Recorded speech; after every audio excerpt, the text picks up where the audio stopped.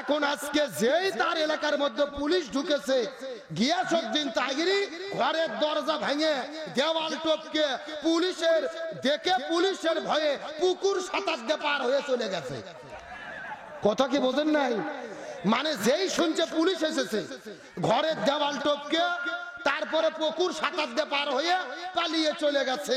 এ তাহিরিকে চেনেন না? তাহিরি বাংলাদেশের আলোচিত সমালোচিত ভণ্ড একটা বক্তা, যার নাম হলো মুফতি গিয়াসউদ্দিন তাহিরি। আমরা দেখেছি তাকে মাহফিলের মধ্যে জিকির করে বসেন বইসে যান, চা খাবেন ঢেলে দেই, নাচানাচি করে।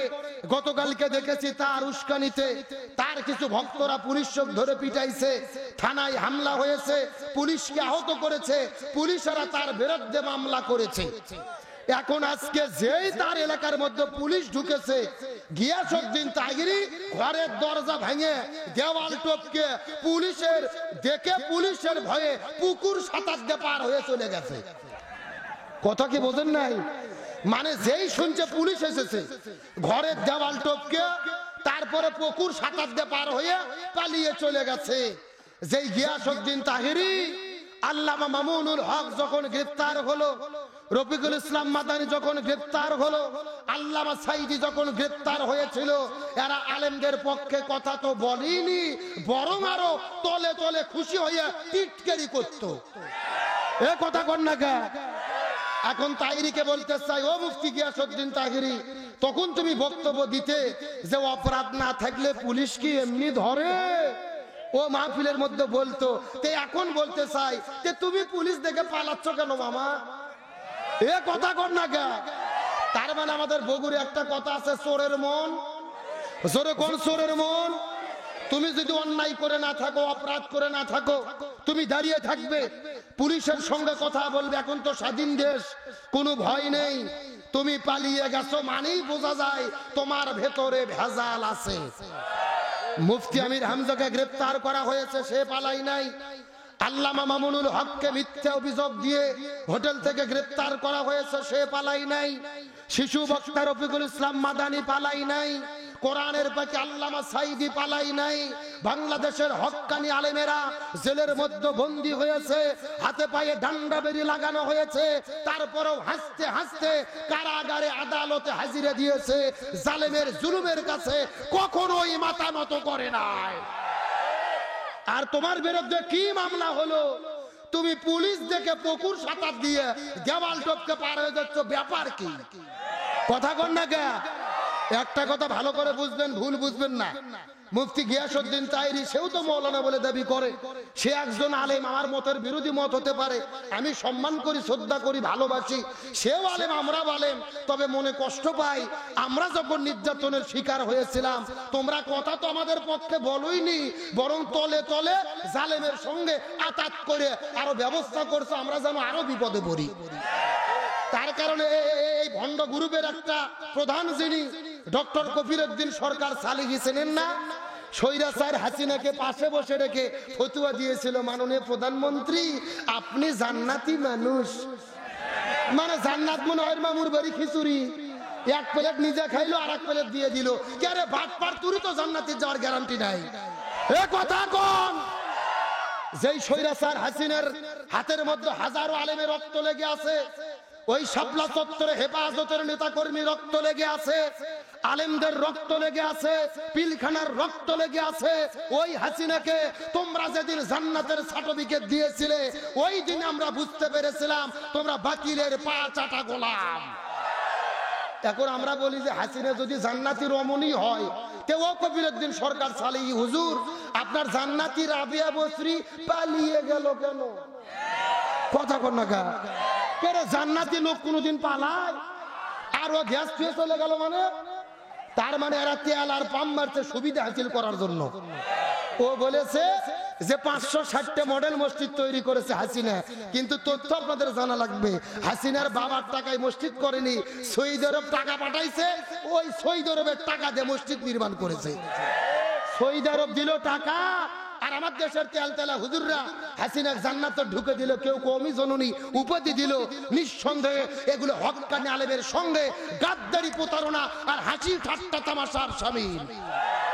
এই জন্য তাহিরিকে বলবো, তুমি একজন আলেম, তোমার বিরুদ্ধে মামলা হয়েছে, আমি সমর্থন করি না, কিন্তু তোমরা যেই ভূমিকা রেখেছো, ছাত্রগুলো যখন আন্দোলন করলো, এই তাহিরি ছাত্রদের বিরুদ্ধে ফেসবুকে পোস্ট করেছে, ওই স্বৈরাচারদের পক্ষে দালালি করেছে। সুতরাং তোমার তো মামলা হওয়া উচিত ছিল হাসিনা পালিয়ে যাওয়ার পরই। কই, আমরা তো বলিনি, আমরা চেয়েছি, তা আমরা আলেম ওলামা মিলে জিলে থাকি, যা হয়েছে হয়েছে। বাংলাদেশে এতদিন 54 বছর পার হয়ে গেছে, এক দল এসেছে আর এক দল চলে গেছে, আমরা শান্তি পাইনি।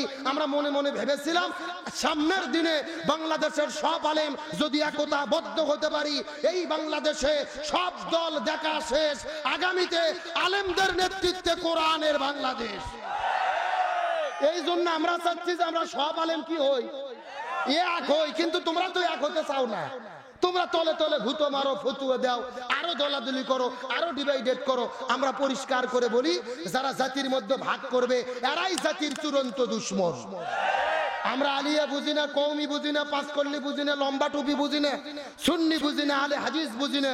এই বাংলাদেশে দিন কায়েমের জন্য আমাদেরকে একতাবদ্ধ হতে হবে।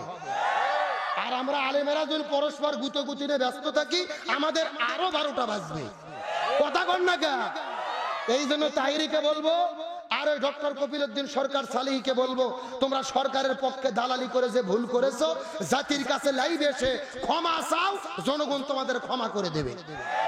আর ক্ষমা না করে নিজেদের যদি সেনা মনে করো, বিপদ সামনে আছে, পুকুর সাঁতরে পালাইও কোনো কাম হবে না। কতক্ষণ ঠিক কিনা? তাহলে চিৎকার করে বলেন, খাজার জানাজার জন্য শর্ত কয়টা? আর জোরে বলেন। আমার প্রিয় বন্ধুগণ, মুসলমান ভাইরা, গভীর মনোযোগ। খাজা কুতুবউদ্দিন আলবেক আল কাকি রহমাতুল্লাহ আলাইহি এই 4টা শর্ত দেওয়ার পরে পরের দিনে সকালবেলা আল্লাহর হুকুম হলো, আল্লাহর ডাকে সাড়া দিয়ে খাজা কুতুবউদ্দিন আলবেক আল কাকি রহমাতুল্লাহ আলাইহি আল্লাহর ডাকে সাড়া দিয়ে পরের দিনে সকালবেলা পৃথিবী থেকে বিদায় নিয়ে তিনি চলে গেলেন। খাজা কুতুবউদ্দিন আলবেক আল কাকি রহমাতুল্লাহ আলাইহি যখন বিদায় নিয়ে চলে গেছেন, চতুর্দিক থেকে লক্ষ লক্ষ মানুষেরা তার লাশের কাছে গিয়ে কান্না করা শুরু করে দিয়েছে। কান্না করে করে করে করে করে করে তার জন্য দোয়া করতে থাকে। খাজা বিদায় নিয়ে চলে গেছে রে। এখন আমি আপনাদের জিজ্ঞাসা করি, বলেন তো, এ ঠাকুর গায়ের মুসলমান, এই বাংলাদেশেও যখন আলেম ওলামা বিদায় নিয়ে চলে যায়, মানুষেরা কান্না করে দোয়া করে কি করে না? এই যে গত 2-3 বছর আগে বিদায় নিয়ে চলে গেল শাইখুল হাদিস আল্লামা মুহাম্মদ শাহ শফি রাহিমাহুল্লাহ, আমাদের মধ্য থেকে যখন বিদায় নিয়ে চলে গেল, আল্লামা জুনায়েদ বাবুনগরী রহমতুল্লাহ আলাইহি বিদায় নিয়ে চলে গেল, আল্লামা নূর হোসেন কাসেমি হুজুর বিদায় নিয়ে চলে গেল, ওই আল্লামা দিলবার হোসেন সাইদি যখন বিদায় নিয়ে চলে গেল, মানুষেরা কান্না করে করে দোয়া করেছে। কেউ বা চোখের পানি ফেলে ফেলে ফেলে ফেলে দোয়া করেছে, কেউ বা রোজা রেখে দোয়া করে, তাহাজ্জুদ নামাজ পড়ে দোয়া করে। তার মানে আলেম যদি বিদায় নেয়, মানুষেরা কান্না করে করে করে করে করে করে দোয়া করে। কিন্তু পক্ষান্তরে গত 16 বছরের ভেতরে এই দেশের মধ্যে আমরা দেখেছি, ওই স্বৈরাচার দলের যত এমপি মন্ত্রী নেতা খেতা এই পৃথিবী থেকে বিদায় নিয়ে চলে গেছে, তাদের মৃত্যুর খবর যখন মোবাইল আর ফেসবুকের মধ্যে আসে, তাদের মৃত্যুর খবর শোনার পরে কেউ ইন্না লিল্লাহ বলে না, অধিকাংশ মানুষেরা খুশির ঠেলায় বলে আলহামদুলিল্লাহ। এ কথা বলেন। অথচ আল্লাহ তাআলা কোরআনের মধ্যে বলেছেন, কোন মানুষ যদি মরে যায়, আল্লাযীনা ইযা আসাবাতুহুম মুসিবা ক্বালু ইন্না লিল্লাহি ওয়া ইন্না ইলাইহি রাজিউন। মানুষ যদি মরে যায়, বিপদ বালা মুসিবত আসে, তখন তোমরা ইন্না লিল্লাহ বলবা। অথচ তোমরা কেমন জীবন গঠন করলে, তোমাদের মৃত্যুর পরে মানুষেরা ইন্না লিল্লাহ বলে না, মানুষ খুশির ঠেলাই বলে আলহামদুলিল্লাহ।